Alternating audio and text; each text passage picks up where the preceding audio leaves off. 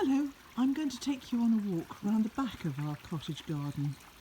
Here we've got a pond which has got various water lilies in it which are in bloom.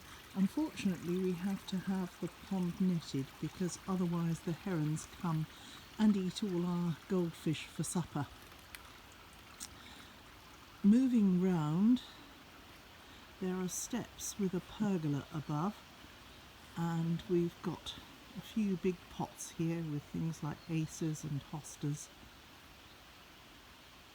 And to the right there's a wall which is planted up with geraniums and French marigolds.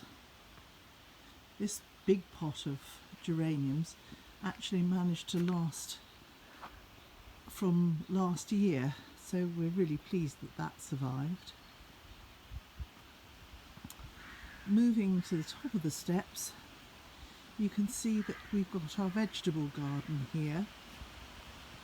This used to be one great big plot, but it was a lot of work and we decided it would be much easier if we made it into raised beds.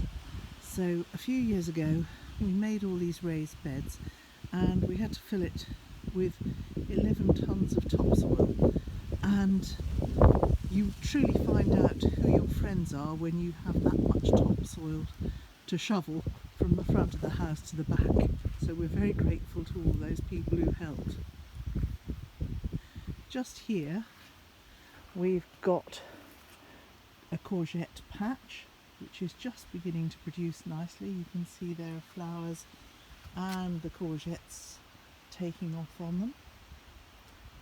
And beyond there we have a patch of golden oregano, and further on there's an edge bed of asparagus.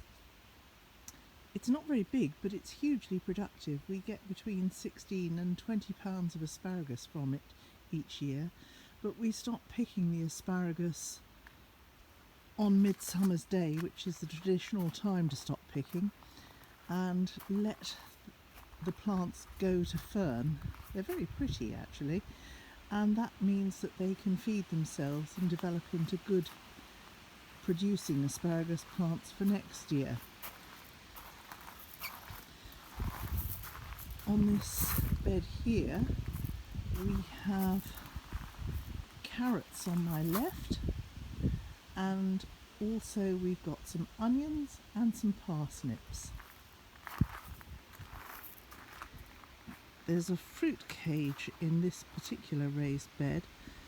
We've got both broad beans, which are producing nicely at the moment, and peas in the fruit cage at the moment.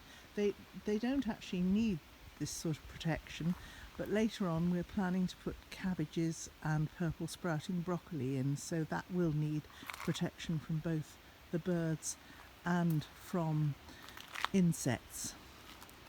In this box there are potatoes, mainly Charlottes, because they're very versatile and we can use them as both new potatoes and sort of big jacket potatoes, so they're a favourite. But there's another variety or two as well in there. Then we have onions that are loving both the rain and the sun that we're getting at the moment. They're doing well. And beyond there is a row of French climbing beans, and at its foot there's also some dwarf French beans. These are also beginning to produce nicely at the moment. You can see a couple just there. Moving round, we've got some beetroot that's just beginning to take off there, and also a few lettuces that have recently gone out. There's some bigger lettuce behind, and in the box at the back there, the lettuces there are just beginning to go over. They're a pick and come again sort of lettuce, so we've had a lot of leaves off that, but I think it's just beginning to go past its best. And behind there, there's a summer squash bed which has got patty pan squashes and some round squash and a few interesting courgettes, so we're looking forward to those.